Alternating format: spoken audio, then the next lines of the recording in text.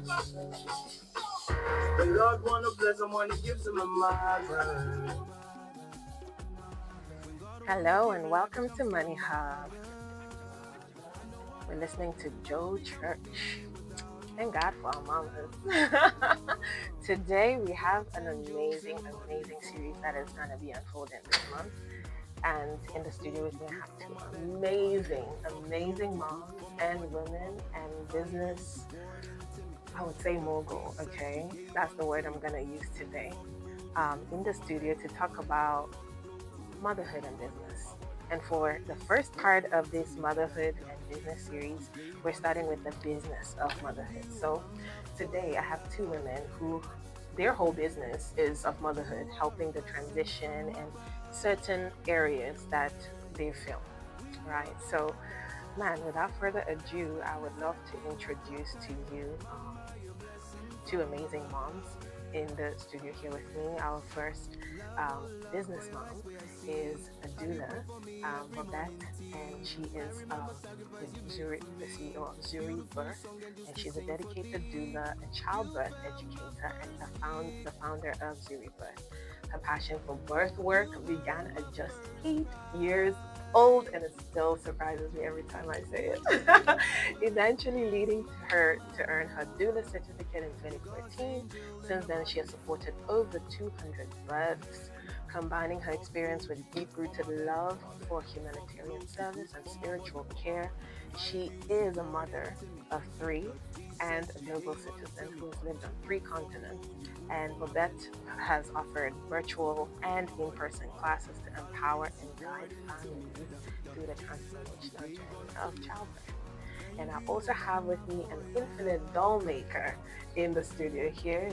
We have Theresa, and she is a visionary creative entrepreneur and the founder of Ghana's first global cloth doll brand. She's dedicated to celebrating African identity. With a background in fabric arts and design, she transforms storytelling into handcrafted dolls that reflect the richness of African heritage. As an empathetic leader, Theresa empowers women, especially those from marginalized communities, through skill development, job creation, and mentorship. She has guided over 500 students through her fashion school, and her work is deeply rooted in cultural pride, sustainability, and legacy building.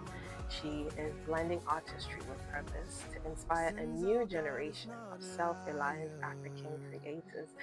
And so as my mentee was putting together the profiles for the beautiful business moms that are going to be on this series, I was just so floored reading how rich the mom lives are.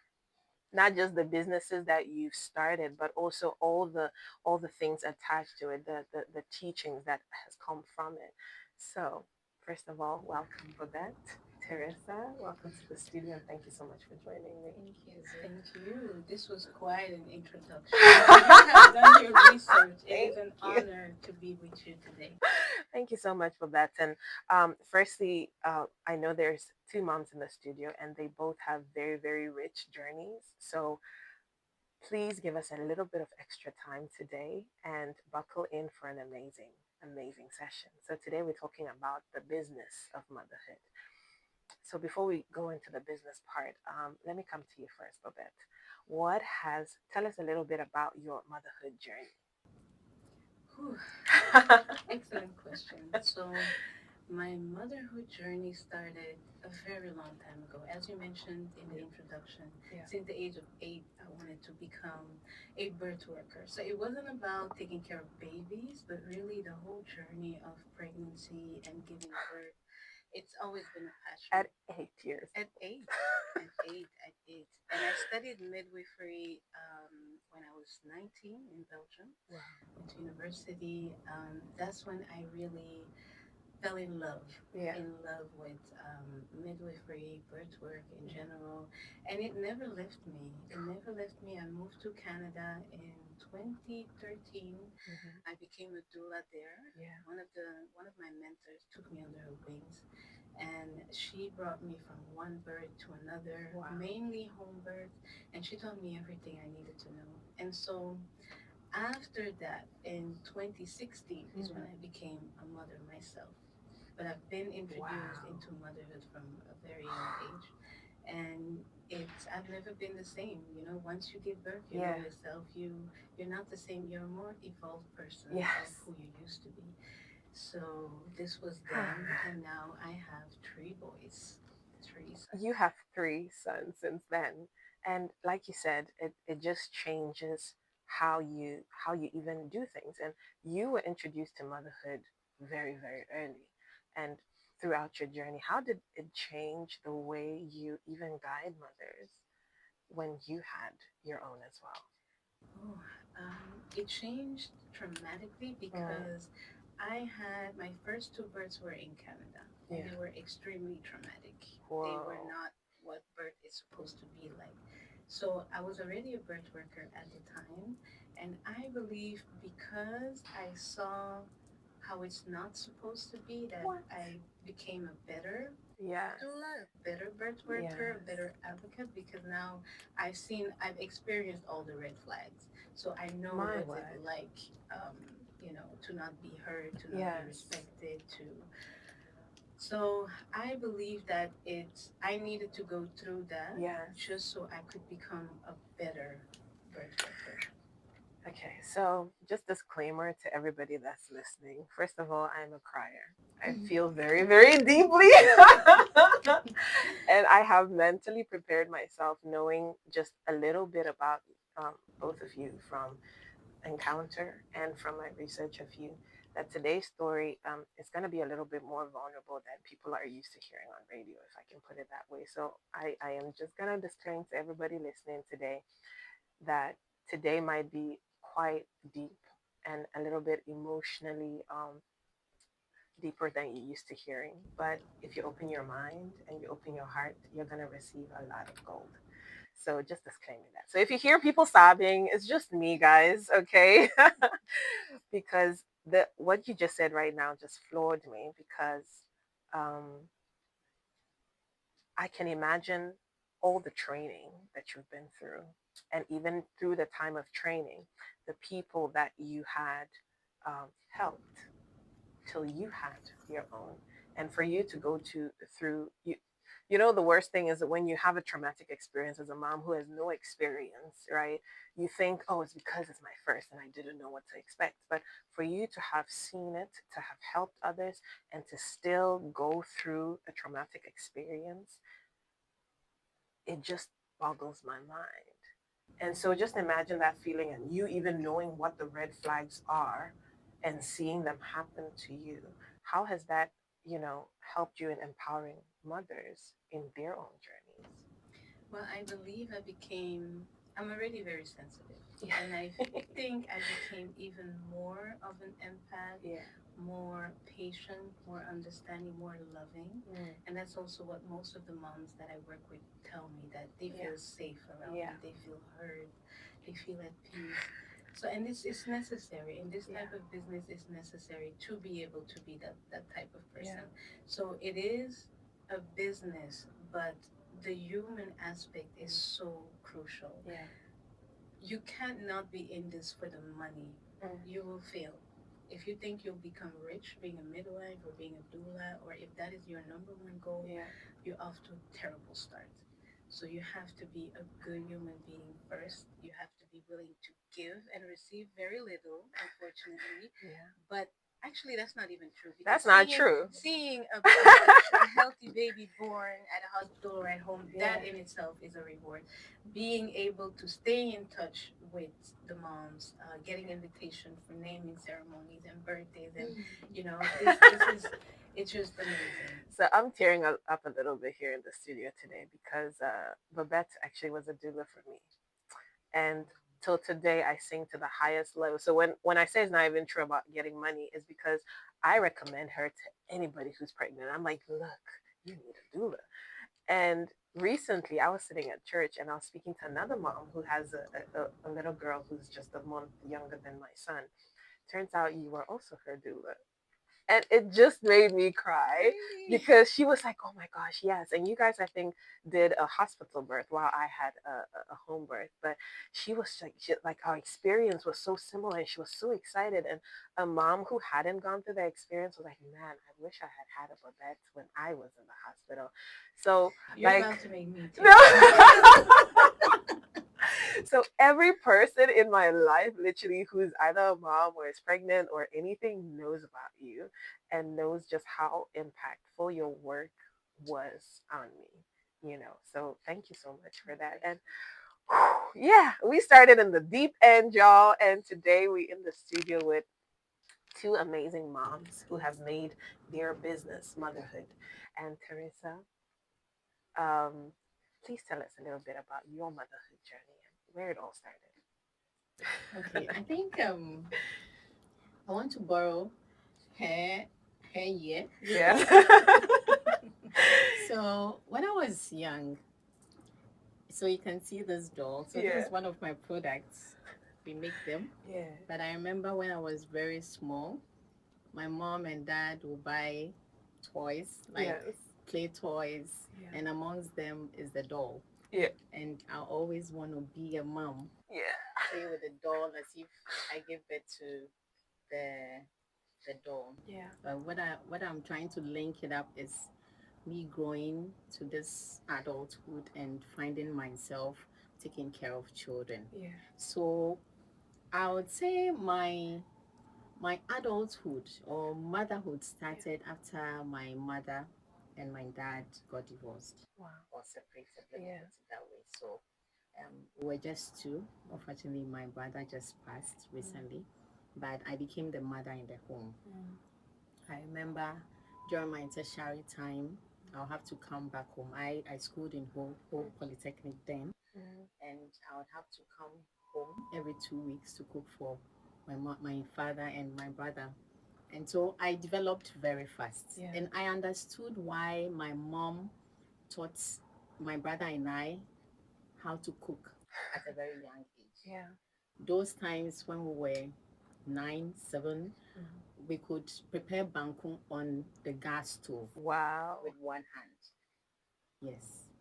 I could prepare soup. I'm not soup. Like that's the hardest soup, in Yeah, Ghana. I have not learned it yet. Okay, but I could prepare that at a very young age. Wow. I didn't understand that till I grew to be independent. Yeah. I knew my mom had taught me well. So from 16, I have been independent till date. Wow. Yeah. I realized I had the flair for handiworks when I entered the secondary school. Yeah. My dad then wanted me to follow his footsteps. He was an accountant, and so I had to also be an accountant. Yeah. So I went to the secondary school to study accounting. In fact, I didn't like it.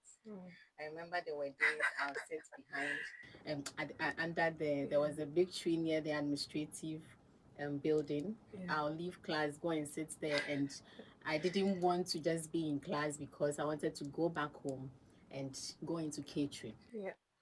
Into catering. Yes, catering. Yeah, I wanted to cook. Yeah. I wanted to use my hands. I'll write to my father and tell my dad I want to come back home. I even told him the school I wanted to go to. Wow. And so, he will also lure me. Okay, you complete it. Yeah. After we'll take you to the catering school you want to. I completed secondary school and he pushed me to studying, registered me into ACCA and CA. Yeah. That's the Chartered Accountancy. And I equally found myself at Hope Polytechnic still studying accountancy. So I had the accounting background. Yeah. I graduated with it. Yeah. I did my national service at Yeah. Ministry of Defense. Then I got married.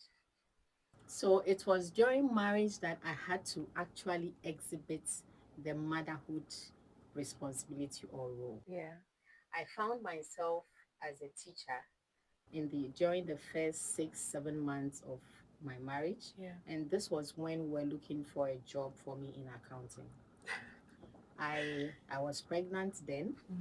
Unfortunately, I think I should have met her during that time, but I had a terrible miscarriage. And I was moving from Teshi to Tema every day for the teaching work. So I had a miscarriage. and I was told by the doctor to be stable. So we had to like pause that particular profession. So then my husband thought, if you give birth, who is going to help you take care of the child? Yeah. Should you get a job in accounting? Our system, 8 to 5 means you have to leave home around 6, get home after 7. And we didn't have any. My mom was not there. Wow. And there was no way we could have someone in our home. We lived in a single room. Oh my goodness. Yes. And so my husband suggested again. Yeah. He went to Nigeria to do missionary work. And there in Nigeria, you learned how to string beads. And so why don't we go to Dodua? There's a bead factory in Dodua. Buy the raw materials, Yeah. come home, you start stringing them, and we start making money. So what led me into my entrepreneurship journey Yeah. was motherhood. For me to be able to stay at home, do business, Yeah. and take care of the family. So that was the first thing that led me in starting a business. Yeah. After, I would say anger. Yes, like Anger. hunger. Hunger. The HUNGER. Yes. Hunger led me as well, inspired because things were tough. Yeah. We needed to make money. We needed to feed the family.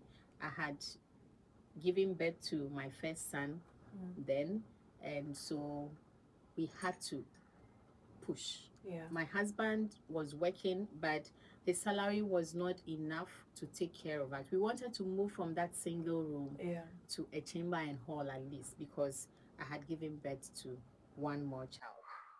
And so the suggestion came from him again. Yeah. Okay, I gave birth to my first son. I could take an old cloth, cut it into a shirt form, and sew with my hands. So why don't you go to a fashion school? So he pushed me to go into a fashion school. Yeah. And around that same time, I was stringing the beads. I had even started training a few people in our porch.